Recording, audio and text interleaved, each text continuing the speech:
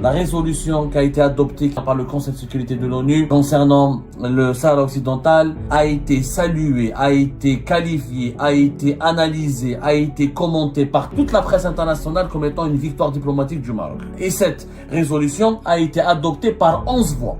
Alors que le Maroc aurait pu se contenter de 9 voix. Il n'y a eu aucun vote qui contre cette résolution. Même l'Algérie n'a pas voté. 3 abstentions. L'Algérie a refusé de participer à ce vote. Et apparemment, le Pakistan et la Russie qui se sont abstenus. Il n'y a pas une puissance, il n'y a pas un veto. Il n'y a pas un vote. La diplomatie algérienne n'a pas convaincu un seul pays de voter contre cette résolution. La Russie s'est abstenue. La Chine n'a pas voté contre. Malgré le fort forcing des diplomates algériens. Ahmed Attaf a appelé tout le monde. On a trop sacrifié l'intérêt de l'Algérie au nom d'une cause qui ne mobilise pas, qui a bloqué l'Union maghrébine pendant plus de 50 ans. L'agressivité de la position algérienne à l'égard du Maroc n'a pas porté ses fruits. Tebboune doit rendre des comptes. On a نسبوا في les Marocains, on a نسبوا في le monde entier, on a encaissé une défaite. Pas un vote en faveur de la position algérienne. L'Algérie n'a même pas voté contre. Pourquoi l'Algérie ne vote pas contre? Moi, j'ai pas compris pourquoi elle refuse de participer au vote. Les États-Unis d'Amérique ont accepté de faire quelques concessions pour ne pas humilier l'Algérie, pour que l'Algérie ne sorte pas humiliée. Vous savez très bien de quoi nous allons parler. Nous attendions ce moment avec beaucoup d'impatience, avec beaucoup de tension. Aujourd'hui, encore une fois, je crois que plus que jamais, nous devons réclamer des comptes à Abdelmajid Tebboune. La politique d'Abdelmajid Tebboune a mené l'Algérie vers un désastre diplomatique. Toute la presse internationale, la résolution qui a été adoptée, qui vient d'être adoptée, même pas une heure par le Conseil de sécurité de l'ONU, concernant le Sahara occidental, a été saluée, a été qualifiée, a été analysée, a été commentée par toute la presse internationale comme étant une victoire diplomatique du Maroc. Il n'y a que la presse algérienne pro-régime Tebboune qui est en train de bercer le peuple algérien par des illusions, qui est en train de bombarder, d'inonder l'opinion publique algérienne par des illusions et des illusions totalement mensongères en essayant de faire croire qu'il n'y a pas eu c'est pas une défaite pour l'Algérie, alors que le texte il est clair. Pour la première fois, le Conseil de sécurité de l'ONU, et il faut comparer encore une fois la résolution du Conseil de sécurité de l'ONU par rapport à toutes ces anciennes résolutions sur le conflit du Sahara occidental depuis que ce conflit existe, ça veut dire depuis pratiquement 50 ans. Force est de constater, encore une fois, que c'est la première fois que le Conseil de sécurité de l'ONU estime et parle du plan d'autonomie marocain. Il le qualifie comme la solution la plus réalisable. La solution la plus réalisable. Et cette résolution a été adoptée par 11 voix.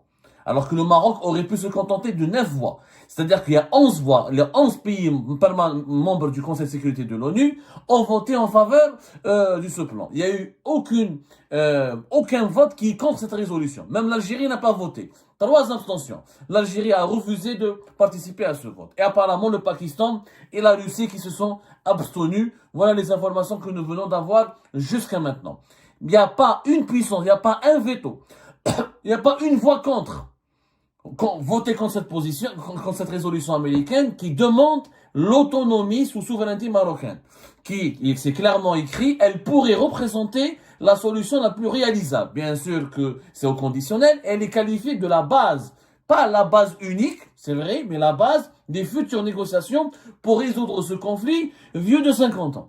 Il n'y a pas un vote. La diplomatie algérienne n'a pas convaincu un seul pays de voter contre cette résolution. Alors que le régime Tebboune, il a fait du conflit du Sahara occidental sa doctrine sacrée, sa cause sacrée, le pilier de sa diplomatie. Et on n'a pas cessé de dire depuis 4-5 ans, depuis la rupture des relations diplomatiques avec le Maroc, on n'a pas cessé de dire que cette politique anti-marocaine très violente, très primaire, très primitive, très archaïque, une radicalité extrême, une radicalité maladive, et cette obsession autour de la question du Sahara occidental va nous mener vers l'abîme. La Russie s'est abstenue. La Chine n'a pas voté contre. Il n'y a pas un pays qui siège au Conseil de sécurité de l'ONU, malgré le fort forcing des diplomates algériens. Ahmed Attaf a appelé tout le monde. Le ministère algérien des Affaires étrangères a fait du lobbying jusqu'à la dernière minute. Ils ont appelé tout le monde. Et pourtant, pas un pays n'a voulu bloquer cette résolution. Parce que la majorité des pays du monde, notamment les membres actuels du Conseil de sécurité, soit les membres permanents, la France, les États-Unis, la Grande-Bretagne, qui soutiennent clairement et qui reconnaissent la souveraineté du Maroc, ou la Chine et la Russie, ou ne croient pas à cette cause qui est le Sahara occidental. On l'a trop sacrifié, on l'a trop sacralisé. On a trop sacrifié l'intérêt de l'Algérie au nom d'une cause qui ne mobilise pas. Ce n'est pas la question palestinienne, ce n'est pas la cause palestinienne, qu'on le veuille ou non. C'est une cause mineure, insignifiante, qui touche un territoire insignifiant. 300 000, 400 000 habitants à peine sont consacrés par cela, par ce conflit, qui a bloqué l'Union maghrébine pendant plus de 50 ans, alors que le Maghreb compte plus de 80 millions jusqu'à 90 millions d'habitants maintenant, et bientôt 100 millions, on va dépasser les 100 millions d'habitants dans quelques années. Tous, on a bloqué toute une région pour un conflit isolé qui concerne une population en nombre insignifiant. Vraiment, et les gens ne sont pas convaincus. Les gens, je veux dire, les acteurs de la communauté internationale n'étaient pas convaincus. La radicalité de la position algérienne, l'agressivité de la position algérienne à l'égard du Maroc n'a pas porté ses fruits.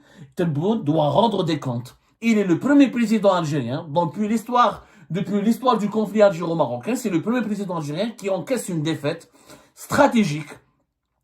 On va pas dire qu'elle est humiliante, parce que voilà, le Conseil de sécurité de l'ONU n'a pas encore dit que ce territoire est à 100% marocain et doit rester marocain et on enterre le dossier. Elle n'est pas humiliante, mais elle est une défaite stratégique.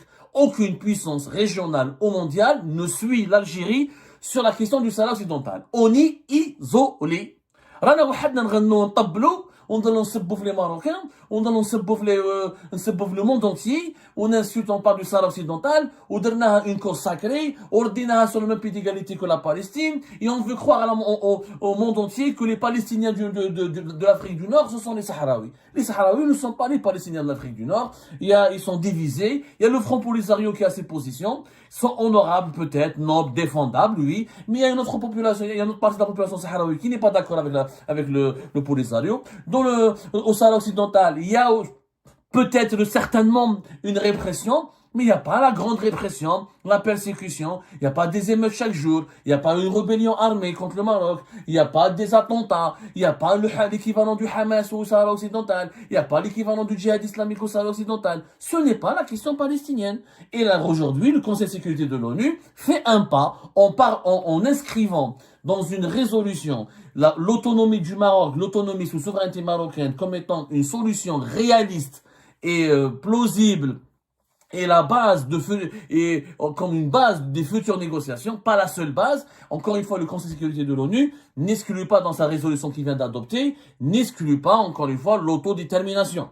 Il ne dit pas que les Sahraouis ne doivent pas voter, ne doivent pas voter ou ne doivent rien faire.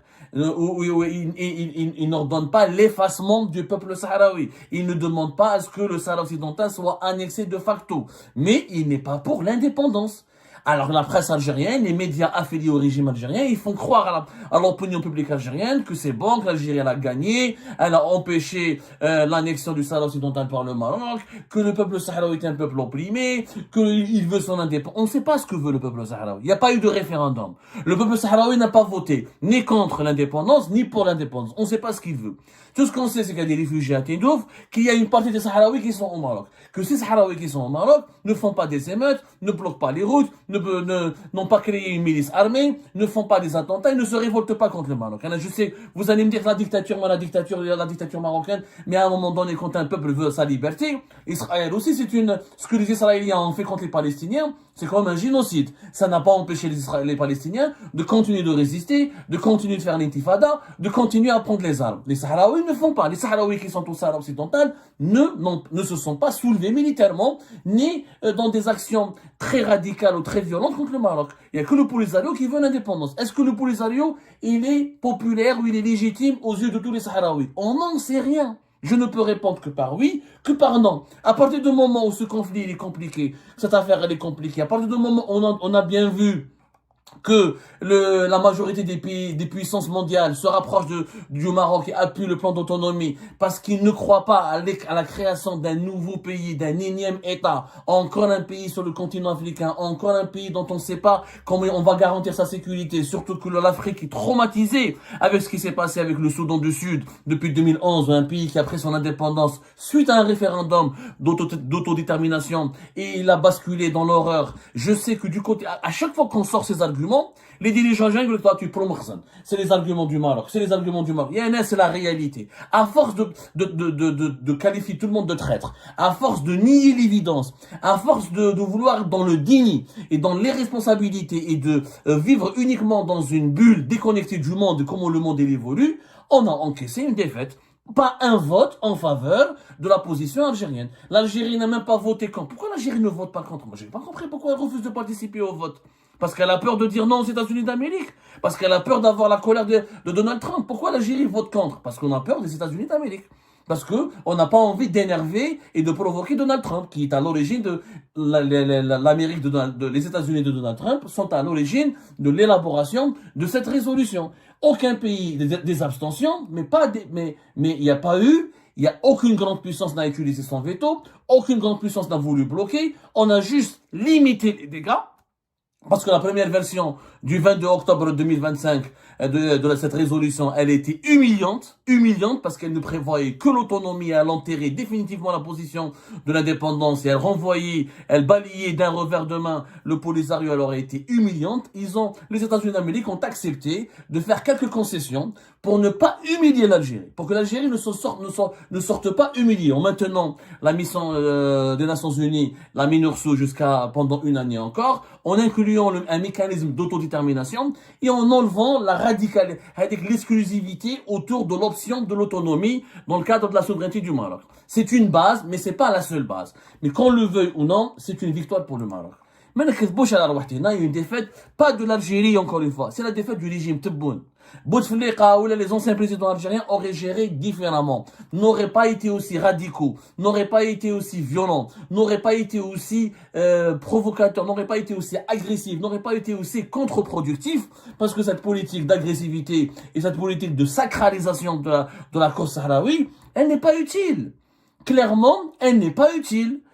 Les autres présidents auraient géré différemment, auraient opté pour une politique d'apaisement, pour des négociations, pour des pourparlers, pour ne pas permettre, c'est l'agressivité du régime Tebboune, c'est sa radicalité qui a permis au Maroc d'avancer et de plaire et de gagner des points au niveau de la communauté internationale et de séduire les autres partenaires internationaux parce qu'il paraît comme le pays le plus stable, comme un pays, comme quelqu'un qui veut proposer une solution durable et quelqu'un qui cherche à la paix et qui ne cherche pas la guerre. Le discours guerrier, belliqueux du régime Tebboune nous a fait perdre cette bataille géopolitique. Faut dire la vérité, il a fait perdre à l'Algérie cette bataille géopolitique. C'est comme dans un match de football, il y a une équipe hyper agressive qui commet que des fautes, elle a plein de cartons rouges, et une équipe bien joueuse, qui est technique et qui marque des buts.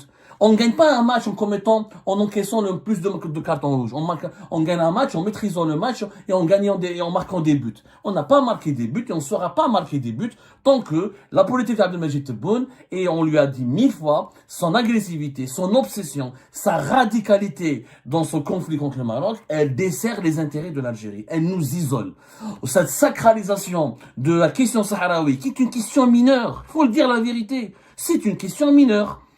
La priorité, c'est la Palestine. La priorité, c'est ce qui se passe au Soudan. C'est des pays de 8, 10, 15 millions qui souffrent. La priorité, c'est ce qui se passe au Congo-Kinshasa. La priorité, c'est ce qui se passe au nord du Mali. C'est des pays avec des démographies importantes, avec des enjeux importants. Le Sahara occidental, c'est 300 000 bonhommes. Faut arrêter, c'est un quartier, Alger. C'est un quartier.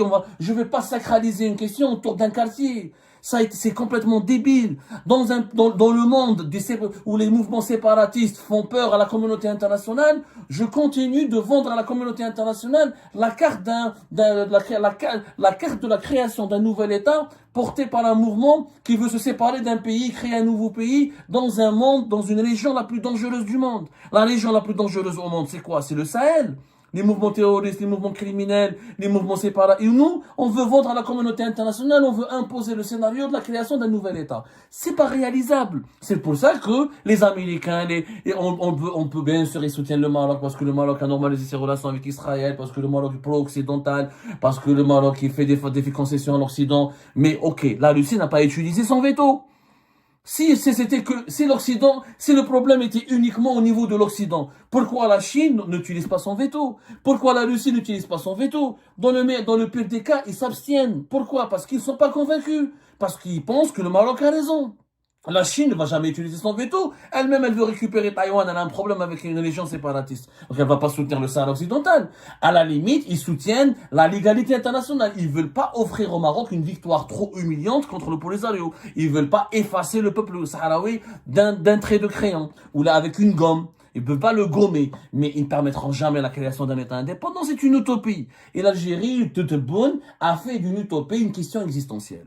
Les autres régimes ont défendu le Sahara occidental en tant que position de principe ou du point de vue du droit international. Et les principes évoluent sans être abandonnés. Tebboune n'a pas défendu un principe, il a défendu une question existentielle. Il pensait utiliser le Sahara occidental pour contenir l'influence marocaine, pour battre le Maroc sur le terrain de leadership régional et pour l'isoler. Finalement, qui a été isolé? C'est nous, c'est l'Algérie du régime Tebboune. C'est le régime Tebboune qui sort isolé, pas un vote contre. Si au moins il y avait un vote contre, mais sur 11 voix pour, aucune contre et 3 abstentions. C'est inquiétant. Cela signifie que personne ne nous soutient, que personne ne se mobilise pour nos agendas ou pour nos intérêts et que nos agendas et les intérêts que nous défendons sont biaisés, sont infondés, sont faussés et ne correspondent pas aux évolutions du monde dans lequel nous vivons. Et ben voilà les amis, c'est la fin de cette vidéo. Je vous remercie comme d'habitude pour avoir suivi jusqu'à la fin. N'oubliez pas de nous laisser vos commentaires et vos réactions sur cette vidéo et de vous abonner à la chaîne si vous n'êtes pas encore abonné. Donc voilà, ça fait vraiment plaisir de voir vos commentaires et vos réactions et vos discussions sur la section des commentaires. C'est très intéressant et je vous prie toujours de garder le respect et un petit peu la bonne ambiance pour tout le monde. Donc voilà, merci beaucoup et à la prochaine dans une nouvelle vidéo. Au revoir.